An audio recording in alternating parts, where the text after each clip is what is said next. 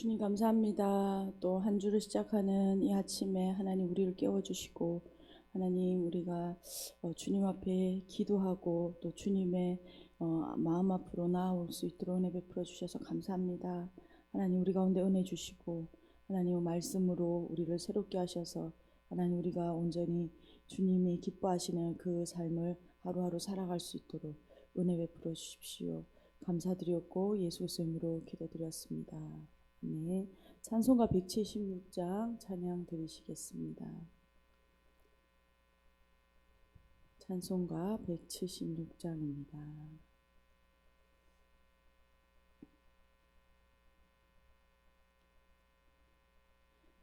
주 어느 때 다시 오실는지 아는 이가 없으니 등 밝히고 너는 깨어 있어 주를 반겨 맞으라. 주 안에서 우리 몸과 마음이 깨끗하게 되어서 주 예수님 다시 오실 때에 모두 기쁨으로 맞으라. 주 오늘에 다시 오신다면 부끄러움 없을까. 잘하였다 주님 칭찬하며 우릴 맞아주실까. 주 안에서 우리 몸과 마음이 깨끗하게 되어서 주 예수님 다시 오실 때에 모두 기쁨으로 맞으라. 주 예수님 맡겨주신 일에 모두 충성 다했나. 내 맘속에 확신 넘칠 때에 영원한 식 얻겠네. 주 안에서 우리 몸과 마음이 깨끗하게 되어서 주 예수님 다시 오실 때에 모두 기쁨으로 맞으라. 주 예수님 언제 오실는지 한밤에나 낮에나 늘 깨어서 주님 맞는 성도 주의 영광 보겠네. 주 안에서 우리 몸과 마음이 깨끗하게 되어서 주 예수님 다시 오실 때에 모두 기쁨으로 맞으라. 아멘. 오늘 함께 보실 하나님 말씀은 사무엘상 4장 12절부터 22절까지 말씀입니다. 4장 12절부터 22절까지 말씀, 구약성경 414페이지입니다. 구약성경 414페이지, 사무엘상 4장 12절에서 22절까지. 다 찾으신 줄 알고 함께 천천히 읽도록 하겠습니다. 당일에 어떤 베냐민 사람이 진영에서 달려나와 자기의 옷을 찢고 자기의 머리에 티끌을 덮어쓰고 신루에 이르니라. 그가 이를 때는 엘리가 길 옆 자기의 의자에 앉아 기다리며 그의 마음이 하나님의께로 말미암아 떨릴 즈음이라. 그 사람이 성읍에 들어오며 알림에 온 성읍이 부르짖는지라. 엘리가 그 부르짖는 소리를 듣고 이르되 이 떠드는 소리는 어찌 됨이냐. 그 사람이 빨리 가서 엘리에게 말하니 그때 엘리의 나이가 98세라. 그의 눈이 어두워서 보지 못하더라. 그 사람이 엘리에게 말하되 나는 진중에서 나온 자라. 내가 오늘 진중에서 도망하여 왔나이다. 엘리가 이르되 내 아들아 이 일이 어떻게 되었느냐. 소식을 전한 자가 대답하여 이르되 이스라엘이 블레셋 사람들 앞에서 도망하였고 백성 중에는 큰 살육이 있었고 당신의 두 아들 홈리와 비느하스도 죽임을 당하였고 하나님의 괴는 빼앗겼나이다. 하나님의 괴를 말할 때에 엘리가 자기 의자에서 뒤로 넘어져 문 곁에서 목이 부러져 죽었으니 나이가 많고 비대한 까닭이라. 그가 이스라엘의 사사가 된 지 40년이었더라. 그의 며느리인 비느하스의 아내가 임신하여 해산의 때가 가까웠더니 하나님의 괴를 빼앗긴 것과 그의 시아버지와 남편이 죽은 소식을 듣고 갑자기 아파서 몸을 굽으려 해산하고 죽어갈 때 곁에 서 있던 여인들에게 그에게 이르되 두려워하지 말라 내가 아들을 낳았다 하되 그가 대답하지도 아니하며 관념하지도 아니하고 이르기를 영광이 이스라엘에서 떠났다 하고 아이 이름을 이가봇이라 하였으니 하나님의 괴가 빼앗겼고 그의 시아버지와 남편이 죽었기 때문이며 또 이르기를 하나님의 괴를 빼앗겼으므로 영광이 이스라엘에서 떠났다 하였더라. 네. 저희는 지금 사무엘상을 묵상하고 있습니다. 4장부터 이제 7장까지는 새로운 이야기가 전개되고 있습니다. 앞서 사무엘상 1장에서 3장까지 사무엘이 이 이스라엘의 역사에 등장하는 장면이었죠. 그리고 이제 드디어 지도자로 활약하는 이야기가 이제 전개되고 있습니다. 어제 본문에서는 특별히 언약궤를 빼앗기는 사건을 기록하였고 또 오늘 본문은 그것에 이어지고 있습니다. 사무엘의 전체의 중심 주제 중에 하나인 이스라엘의 진정한 왕은 누구인가라는 이스라엘 백성들은 하나님을 왕으로 모시고 살아야 되는데 어떻습니까? 사사기 말의 시대로 자신의 소견대로 살아가는 이스라엘 백성들의 모습 그리고 엘리 가문의 그 모습을 보여주었습니다. 이렇게 자신의 소견대로 자신의 생각대로 하나님과 상관없이 살아가는 이 영적 어두움의 절정을 보여주는 사건이 바로 언약궤가 빼앗기는 사건이었습니다. 언약궤는 하나님이 임재하시는 곳입니다. 하지만 그리고 언약궤는 그러나 언약궤 모양 자체가 그것 자체의 능력이 있는 것은 아니죠. 언약궤가 바로 하나님이다라고는 아닙니다. 이스라엘 백성들은 언약궤만 가지고 나간다면 그들이 승리할 것이라고 생각했죠. 그들이 하나님께 묻고 그들의 마음을 하나님께 의지하며 그 언약궤를 메고 나가는 것이 아니라 오직 그냥 자신의 승리, 자신의 유익을 위하여 마치 우리의 미신적 도구처럼 그 언약궤를 사용하고 있는 모습이었습니다. 오늘은 이제 12절부터 14절까지 베냐민 언약궤를 빼앗긴 이후에 베냐민에서 전령이 실로에 도착하여 이야기가 진행되고 있습니다. 12절입니다. 당일에 어떤 베냐민 사람이 진영에서 달려나와 자기의 옷을 찢고 자기의 머리에 티끌을 덮어쓰고 실로에 이르니라. 그가 이를 때는 엘리가 길 옆 자기의 의자에 앉아서 기다리며 그의 마음이 하나님의 괴로 말미암아 떨릴지니라. 그 사람이 성읍에 들어오며 알림에 온 성읍이 부르짖는지라. 엘리가 그 부르짖는 소리를 듣고 이르되 이 떠드는 소리는 어찌 되느냐. 그 사람이 빨리 가서 엘리에게 말하니. 오늘 본문은 이제 엘리 집안의 몰락에 대한 앞서 그 하나님의 심판을 예언하셨죠. 사무엘상 2장에서 예언하셨고 3장에서 예언하셨습니다. 그 심판에 대한 예언이 성취되는 것을 오늘 바로 보여주고 있습니다. 예언대로 홈리와 비느하스가 한날에 죽었습니다. 물론 그리고 그의 아버지 엘리까지 그리고 비느하스의 아내까지 죽게 되는 사건이 한날에 일어나죠.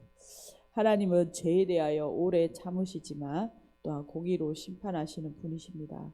그리고 그 하나님의 말씀하신 대로 그것을 반드시 이루시는 분이시다라는 것을 우리가 다시 한번 묵상하게 됩니다. 하나님께서는 엄중한 하나님의 심판이 있음을 알고 죄의 길에서 돌이켜 회개하기를 원하시는 것이죠. 오랜 기간 참으시고 말씀하실 때는 우리 가운데 회개하여 돌이키기를 원하시는 하나님의 마음이 있습니다. 오늘에도 하나님의 심판의 경고는 유효합니다. 오늘 우리 자신과 우리 가정이 엘리의 길, 이스라엘 백성들이 자기 소견에 옳은 길로 따라 살아가고 있지 않은지, 다시 한번 우리를 점검하며 살피는 은혜가 있기를 소망합니다. 이제 15절에서 18절까지 엘리가 죽는 장면이 나옵니다. 15절입니다. 그때 엘리의 나이가 98세라 그의 눈이 어두워서 보지 못하더라. 앞서는 사람들의 부르짖는 소리가 들렸습니다. 엘리는 이제 벌써 98세의 노안으로 눈이 어두워서 보지 못하는 상태라고 기록하고 있습니다. 엘리는 베냐민 사람들이 슬픔의 표현으로 옷을 찢고 죄를 뒤집어 쓰는 것은 볼 수 없었습니다. 단지 그가 소리로만 들을 수 있었죠. 16절입니다. 그 사람이 엘리에게 말하되 나는 진중에서 나온 자라 내가 오늘 진중에서 도망하여 왔나이다. 엘리가 이르되 내 아들아 이 일이 어떻게 되었느냐. 한 사람이 자신의 진영에서 도망쳐 왔음을 밝히며 이제 엘리에게 이 소식을 전하고 있죠. 엘리는 다급히 아들의 안위와 전쟁의 결과를 묻습니다. 17절입니다. 소식을 전한 자가 대답하여 이르되 이스라엘이 블레셋 사람들 앞에서 도망하였고 백성 중에는 큰 살육이 있었고 당신의 두 아들 홈리와 비나스도 죽임을 당하였고 하나님의 계는 빼앗겼나이다. 전령은 이스라엘 군대가 블레셋 군대에게 패했다는 소식부터 전하고 있습니다. 그리고 백성 중에서는 큰 살육이 있었던 사실도 말하고 있죠. 전령은 큰 사건부터 말한 뒤에 이제 홈리와 비나스가 죽었고 하나님의 궤도 빼앗겼다는 사실을 엘리 제사장에게 알립니다. 18절입니다. 하나님의 계를 말할 때에 엘리가 자기 의자에서 뒤로 넘어져 문 곁에서 목이 부러져 죽었으니 나이가 많고 비대한 까닭이라. 그가 이스라엘의 사사가 된 지 40년이었더라. 18절은 이 말을 들은 엘리의 반응과 그의 죽음을 18절에서 설명하고 있습니다. 엘리는 아들의 죽음보다 하나님의 계획에 빼앗겼다는 소식에 더욱 놀랍니다. 엘리는 한 대 강하게 얻어맞은 것처럼 의자에서 뒤로 떨어집니다. 아마 놀라서 일어나려다가 중심을 잃은 것으로 보이죠. 그리고 문에 부딪혀서 그의 목이 부러져서 죽게 됩니다. 성경은 그가 이렇게 뒤로 넘어간 이유가 나이가 많고 비대한 까닭이다라고 이유를 밝히고 있습니다. 엘리가 사사로 있었던 기간이 40년이라고 기록하며 이 기록을 마칩니다. 하나님을 중심의 왕으로 삼지 않고 하나님을 멸시하던 엘리의 가문은 하나님이 심판하신 그 말씀 그대로 그들의 한날에 이 일이 이루어졌습니다. 그러면서 19절에서 22절까지 이가봇의 출생을 기록하고 오늘 본문을 마치고 있습니다.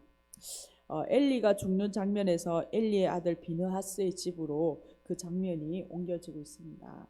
마침 비느하스의 아내가 출산이 임박했습니다. 그러나 하나님의 계가 빼앗겼고 시아버지와 남편이 죽었다는 소식을 듣고 충격을 받았습니다. 그녀는 그 충격으로 이제 해산을 하기 시작했는데 위중한 상태에 빠진 것으로 보입니다. 아마 이제 하혈이 멈추지 않는 이런 상태에 빠진 것이죠.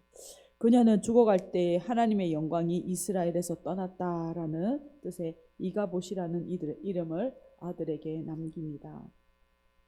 언약궤를 빼앗겼다는 말이죠. 그들은 하나님의 영광과 그 언약궤를 동일시하였기 때문에 이것을 의미하여 이가봇이라고 말했습니다. 그러나 어떻습니까? 하나님의 영광은 스스로 이스라엘에게 이제 돌아오게 되는 이후에 말씀들을 통하여 우리가 보게 되어집니다. 우리 함께 기도했으면 좋겠습니다. 사무엘상 2장 30절 말씀을 다시 한번 오늘 본문을 묵상하면서 기억하게 됩니다. 하나님은 나를 존중히 여기는 자를 내가 존중히 여기고 나를 멸시하는 자를 내가 경멸하리라 라고 말씀하셨습니다. 오늘 본문은 엘리의 가문에 하나님의 그 심판의 내용이 두 번이나 말씀하신 그 내용이 그대로 응답되는 장면을 우리가 함께 보았습니다. 묵상했습니다. 이것을 보면서 오늘 우리의 삶에 신앙에 그저 외형만 있는 우리의 모습이 아니라 정말 하나님이 원하시는 것은 우리가 하나님을 존중히 여기고 하나님을 예배하는 하나님을 중심에 모시고 사는 온 마음을 다해 예배하는 예배자로 살아가기를 원하신다라는 것을 다시 한번 우리가 우리의 마음에 새기기를 소망합니다. 우리가 사무엘상 묵상하면서 하나님 우리 중심 가운데 정말 하나님을 주인으로 왕으로 모시고 살아가는 믿음 생활 할 수 있도록 은혜 주십시오. 우리의 외향만이 아니라 정말 우리의 중심을 보시는 그 하나님께 나아가는 은혜가 있기를 간절히 소망합니다. 함께 오늘 주시는 감동대로 기도하고 나아가겠습니다. 기도하겠습니다. 주님 감사합니다. 하나님 오늘 월요일이 아침에 하나님 엘리 가문에 하나님의 말씀하신 대로 하나님 그 심판이 성취되는 장면을 묵상하였습니다. 하나님 엘리 가정의 심판을 통하여 하나님 오늘도 우리 삶 가운데 하나님 이 말씀을 읽는 하나님 모든 하나님의 백성에게 하나님 말씀하시는 그 하나님의 메시지가 하나님 우리의 울림이 되게 하여 주십시오. 하나님 오늘도 우리가 정말 전심을 다하여 하나님을 왕으로 모시고 살아가기를 소망하며 하나님 아버지여 그것을 하나님 엘리의 가문에 하나님 그 멸망을 하나님 우리가 하나님 두려워하며 하나님 정말 하나님 의의 길 진리의 길로 걸어가게 하여 주시기를 간절히 소망합니다. 하나님 우리가 하나님 영적으로 어두워 하나님 우리의 형식만 갖춘 하나님 성도가 아니라 정말 온 마음을 다해서 하나님을 사랑하고 하나님의 주권을 인정하고 살아가는 하나님의 백성으로 합당한 삶을 살게 하여 주십시오. 하나님 우리의 눈을 열어주셔서 하나님 지혜와 계시를 주셔서 정말 하나님을 깨닫고 알고 모시고 살아가는 하나님 은혜가 있게 하여 주십시오. 하나님 영적으로 눈이 어두워 보지 못하는 엘리와 같이 하나님 우리가 비둔한 자가 되지 않도록 하나님 종교적 형식만 가득 채운 그리스도인 될 수 있지 않도록 하나님 우리 가운데 진리의 성령님 오셔서 우리를 밝혀주시고 깨닫게 하시고 하나님 온전케 하여 주십시오. 주님 감사합니다. 1,000번째 송상열 항우본 집사님 가정, 이태 김정희 집사님 가정 들으셨습니다.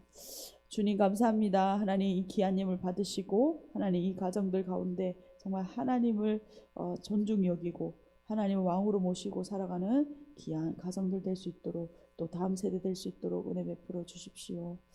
주님 하나님 오늘도 말씀하신 이 말씀을 따라 하나님 우리의 삶에 적용하며 하나님 정말 우리 하나님을 존중히 여기고 우리의 삶의 주인으로 모든 삶의 주권을 하나님께 드리며 하나님께 묻고 나아가는 귀한 가정들 되게 하시고 하나님 우리의 믿음 생활이 하나님 마음 없이 행하는 것들이 하나도 없도록 우리를 새롭게 하여 주시고 하나님 정말 하나님의 영광을 담는 귀한 하나님 공동체 될 수 있도록 은혜 베풀어 주십시오. 감사드렸고 예수 그리스도의 이름으로 기도드렸습니다. 아멘. 함께 기도하시겠습니다.